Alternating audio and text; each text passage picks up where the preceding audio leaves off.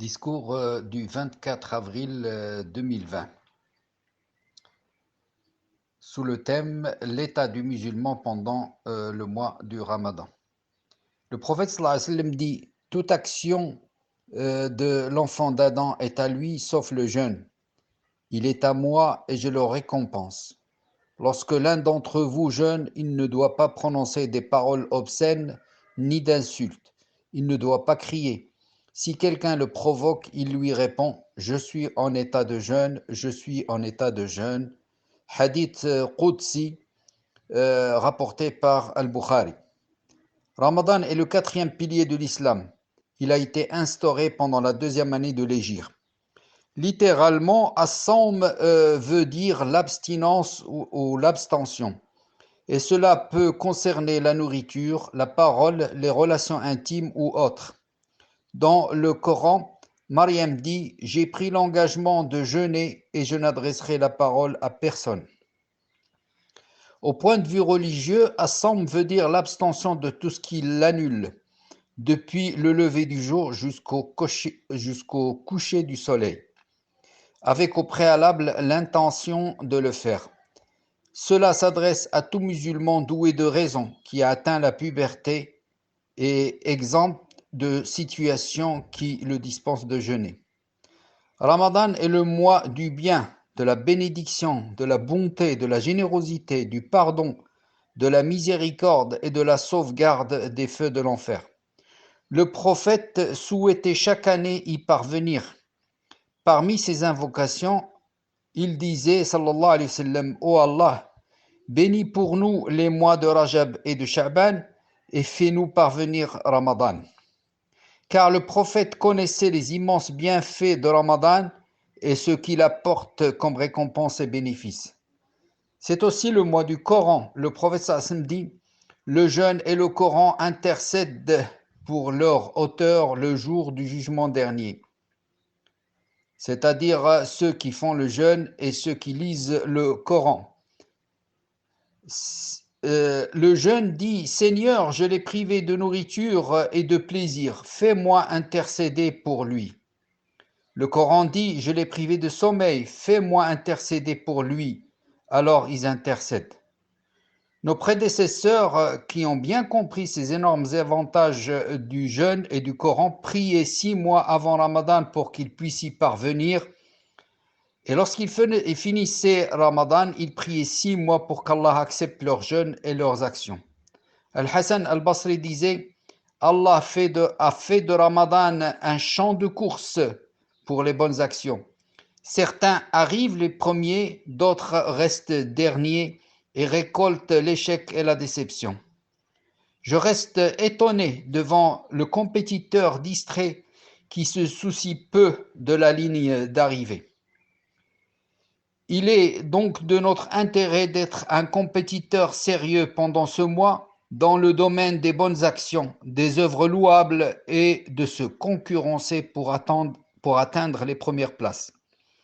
Allah dit: dans ce domaine, les compétiteurs doivent se concurrencer.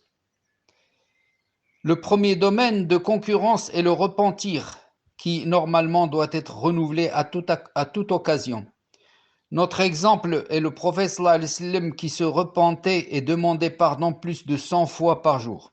Ibn Qayyim dit, en parlant du repentir, de Tawbah, c'est l'étape du début, du milieu et de la fin du parcours du quêteur sur la voie de son Seigneur. Ce n'est pas la situation des pécheurs et des criminels, mais celle des prophètes élus. Allah dit: Adam a désobéi à Allah et s'est égaré, puis son Seigneur l'a ensuite élu, a accepté son repentir et l'a guidé. Surat Taha, verset 131.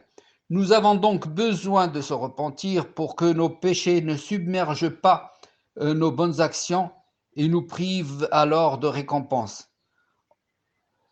Et tant que la vie nous le permet, nous devons en profiter pour renouveler le repentir, car Allah l'accepte. Il dit: je suis le très pardonneur pour celui qui se repent, croit, accomplit les bonnes actions et se met sur le bon chemin. Toujours Surat Taha.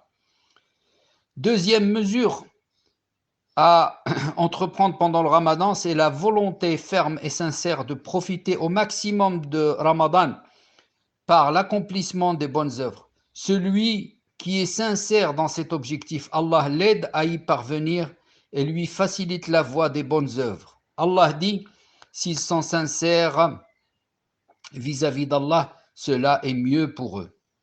Troisième mesure, l'insistance auprès d'Allah dans les invocations pour implorer l'aide d'Allah dans la voie de l'obéissance. Le verset où Allah dit « Si mes adorateurs te questionnent à propos de moi, je suis à proximité et je réponds aux invocations de l'adorateur quand il m'invoque. » Ce verset arrive directement après les versets du jeûne dans Surat al-Baqarah. Nos prédécesseurs disaient à l'arrivée de Ramadan « Voici Ramadan, remets-le à nous et remets-nous à lui en parlant à Allah. Facilite-nous le jeûne et les veillées et procure-nous l'enthousiasme et l'entrain dans les bonnes actions et évite-nous les tentations, les distractions et les séditions, c'est-à-dire le fitna. Quatrième mesure, le jeûne n'est pas seulement la privation de nourriture et de boissons, mais le jeûne du cœur, des yeux, des oreilles, de la langue et de tous les organes du corps. Les yeux sont créés pour contempler et méditer sur la création et non pas pour regarder ce qu'Allah réprouve. La langue s'abstient de la médisance, du colportage, des ragots, du mensonge et de prononcer des obscénités et des injures. Un poète dit que ta langue n'évoque pas la nudité de quelqu'un, car tu as ta propre nudité et les gens ont une langue. Et si ton œil te montre les défauts des autres, dis, ô œil, les gens ont des yeux. Chers auditeurs, chez certaines personnes, le sens du Ramadan est complètement bouleversé. Au lieu qu'il soit l'illustration de l'ascétisme, de l'économie, de la modération, il est devenu pour eux le mois des excès et de la surabondance. Les réfrigérateurs deviennent pleins à craquer, les poubelles se remplissent de gaspillage. Le Ramadan est toujours ce qu'il a été depuis son instauration. C'est nous qui avons transformé son sens, l'avons dépourvu de son objectif spirituel, à savoir parvenir à la piété qui ne s'acquiert sûrement pas en se remplissant le ventre. Il est donc temps de réhabiliter le sens de ce mois en faisant une station d'approvisionnement en piété et en élévation spirituelle.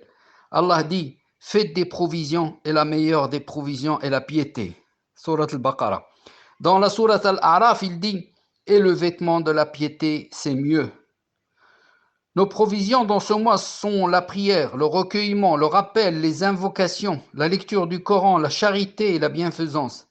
C'est avec ces provisions que l'on commerce avec Allah afin d'acquérir sa marchandise précieuse qui est le paradis. Le prophète sallallahu alayhi wa sallam dit, certes la marchandise d'Allah est chère, certes la marchandise d'Allah est le paradis. Chers bien-aimés en Allah, en ce début du mois de Ramadan, je me dois de rappeler quelques règles et conditions concernant le jeûne. Les conditions du jeûne sont, premièrement, l'islam. Le jeûne du mois de Ramadan ne s'applique pas aux non-musulmans. Deuxièmement, la raison, car c'est la condition de la souscription aux lois de l'islam. Troisièmement, le prophète sallam dit à trois personnes, troisièmement, la puberté. La puberté. Le prophète sallam dit à trois personnes, on ne demande pas de compte. Le fou jusqu'à ce qu'il retrouve la raison, le dormeur jusqu'à ce qu'il se réveille et l'enfant jusqu'à ce qu'il atteigne la puberté. Quatrièmement, la capacité de faire le jeûne, car l'incapacité de jeûner peut être permanente et cela nécessite une compensation financière ou alors une incapacité temporaire et cela nécessite de remplacer les jours non jeûnés par d'autres jours une fois la capacité retrouvée. Comme par exemple le voyageur ou le patient atteint d'une maladie passagère. Citons maintenant les piliers du jeûne. Premièrement, l'intention, comme le professeur Aslim dit, les actes ne valent que par l'intention. Un autre hadith rapporté par Ahmed dit « Celui qui n'aimait pas le projet de jeûner avant l'aube, son jeûne du jour n'est pas valide. » Deuxièmement, l'abstention de tout ce qui annule le jeûne, depuis le lever du jour jusqu'au coucher du soleil, et on a bien dit le lever du jour et non le lever du soleil. Ce qui annule le jeûne peut être matériel, manger, boire, avoir des relations intimes, ou alors moral, comme le dit le prophète sallallahu alayhi wa sallam, celui qui ne s'abstient pas de dire le faux et d'agir de façon mensongère, Allah n'a aucun besoin qu'il abandonne sa nourriture et sa boisson. Quelles sont maintenant les dérogations du jeûne? Les dérogations au jeûne. Premièrement, l'incapacité physique à cause d'un organisme faible ou atteint de maladies chroniques. Une compensation financière est alors nécessaire. Elle équivaut au prix d'un repas de iftar et d'un repas de suhour, et pour chaque jour du ramadan. Deuxièmement, le voyage et la maladie passagère. Il faut alors jeûner d'autres jours à la place. Le prophète sallallahu alayhi wa sallam dit: Allah a dispensé le voyageur du jeûne et de la moitié de la prière, et pour la femme enceinte ou qui allait, le jeûne. Il a dispensé du jeûne. La grossesse et l'allaitement sont une autorisation d'interrompre le jeûne en fonction de l'état de santé de la femme. La compensation fait l'objet d'avis différents. Ibn Abbas dit: elle interrompt le jeûne, donc pendant la grossesse ou l'allaitement, et compense les jours par la nourriture de nécessiteux sans jeûner d'autres jours.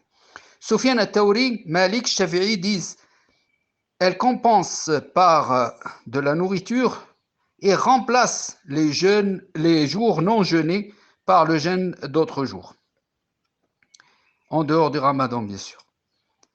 Troisième avis, notamment Abu Hanifa, qui dit: elle jeûne d'autres jours sans compensation financière ou de nourriture. Troisièmement, les règles et les suites de couches. L'interruption du jeûne est obligatoire dans ces situations. La femme remplace les jours non jeûnés par d'autres. Nous citons enfin quelques règles de savoir-vivre du ramadan. Premièrement, le suhour, c'est le repas avant l'aube, car le prophète sallallahu alayhi wa sallam dit: prenez le suhour car il y a de la baraka. Il dit aussi: le suhour est une baraka, ne le négligez pas, ne serait-ce que par une gorgée d'eau. Allah et ses anges prient pour ceux qui prennent le suhour. Et ce repas peut être pris à proximité de Al-Fajr. Deuxième règle, la prise précoce du foutour, dès l'heure du coucher du soleil. Le prophète sallallahu alayhi wa sallam dit: les gens seront bien portants tant qu'ils prennent précocement le foutour et retardent le suhour. Troisième règle, l'invocation au moment de l'iftar. Le prophète sallallahu alayhi wa sallam dit: le jeûneur possède au moment de son iftar une invocation qui n'est point rejetée. Amr ibn al-As disait au moment de son iftar: ô Allah, je te demande par ta miséricorde qui a englobé toutes choses de me pardonner. Le prophète sallallahu alayhi wa sallam avait des doigts au moment de l'iftar. Il disait: ô Allah, pour toi j'ai jeûné et grâce à tes dons j'ai rompu le jeûne. Pardonne-moi ce que j'ai fait avant et après. Il disait aussi: la soif est partie, les vaisseaux se sont humidifiés et la récompense est établie, Inch'Allah. Enfin, un autre hadith disait aussi: les invocations de 3 personnes ne sont pas rejetées: le jeûneur jusqu'à ce qu'il rompe son jeûne, le gouverneur juste et la victime d'injustice. Wa sallallahu ala sayyidina Muhammadin wa ala alihi wa sahbihi ajma'in. Qu'Allah subhanahu wa ta'ala agrée notre jeûne à tous et qui nous facilite le jeûne et nous fasse parvenir à la piété. Wa barakallahu fikum.